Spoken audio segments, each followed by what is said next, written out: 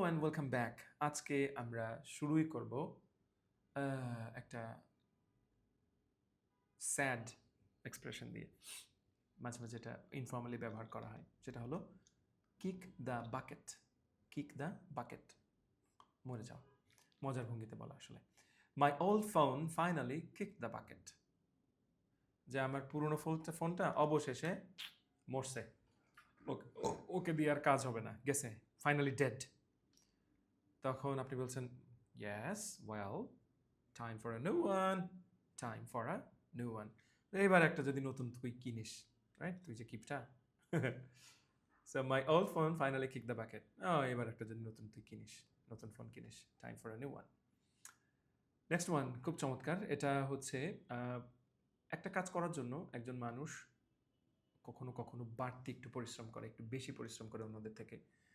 ওইটা বোঝাতে পারি আমরা সুন্দর করে একটা দারুণ এক্সপ্রেশন দিয়ে। সেটা হলো go an extra mile. Go an extra mile. Go an extra mile. বাড়তি পরিশ্রম বা প্রচেষ্টা করা। Example, she always goes an extra mile for her students. সে সবসময় তার স্টুডেন্টের জন্য চেষ্টা করে, কষ্ট করে, বাড়তি অন্য নন টিচারের থেকেও সে বেশি পরিশ্রম করে। তখন আপনি বলছেন দ্যাটস ওয়াই দে লাভ হার। এই কারণেই স্টুডেন্টরা তাদের খুব ভালোবাসে, পছন্দ করে। ওই যে আপনি পরিশ্রম করেছেন, এটার অবশ্যই একটা বেনিফিট আসবে, right? That is the thing. চমৎকার। So go an extra mile. And the last one is, অনেক সময় কোনো কোনো কথা একেবারে জায়গা মতো গিয়ে আঘাত করে, একেবারে পয়েন্টে গিয়ে লাগে। ওটাই হচ্ছে আজকের expression final, hit the nail on the head. খেয়াল করবেন, যখন আমরা লোহা বা যে আমরা নেইল, বাংলা যেটাকে লোহা বলি, পেরেক লোহা, তো এগুলা অনেক সময় মানে করার জন্য কোনো একটা জায়গায় ঢুকানোর জন্য আমরা যে হাতুড়ি ব্যবহার করি, হাতুড়িটা এদিকে ওদিকে লেগে যায়।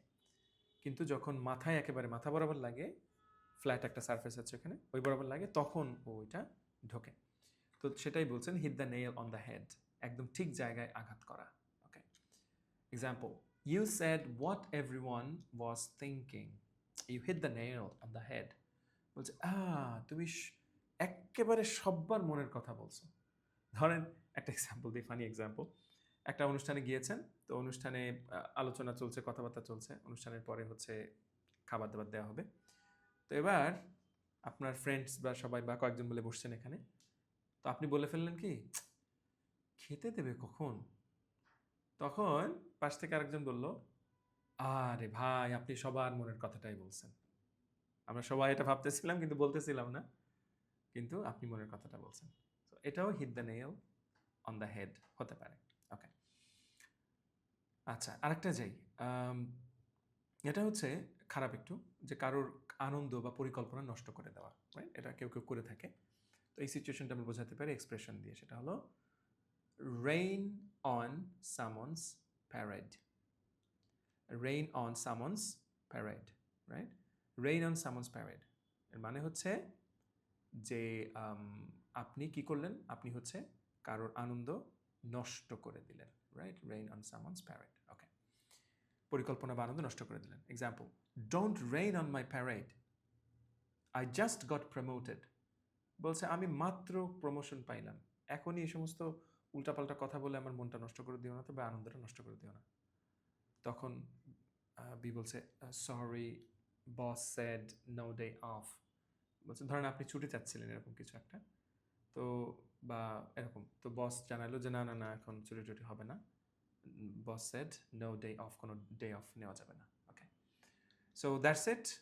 রেইন অন সামন্স প্যারেড, আর একটা হচ্ছে hit the nail on the head, আর একটা হচ্ছে গো অ্যান এক্সট্রা মাইল।